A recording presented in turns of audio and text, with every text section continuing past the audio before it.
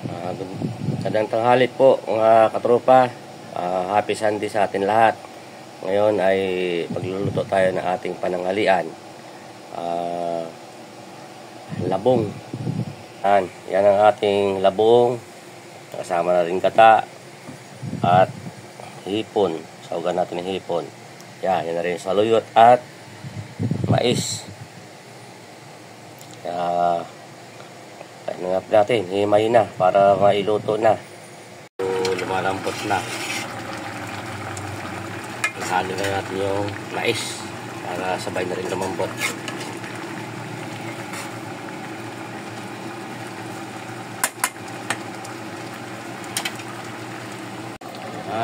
Ayan na po yung ating labong na may sahog na hipon. Kaya pwede na po tayo mananghalian. Maraming salamat po sa panonood. Kain na po tayo. Tama-tama, alas 12 na po.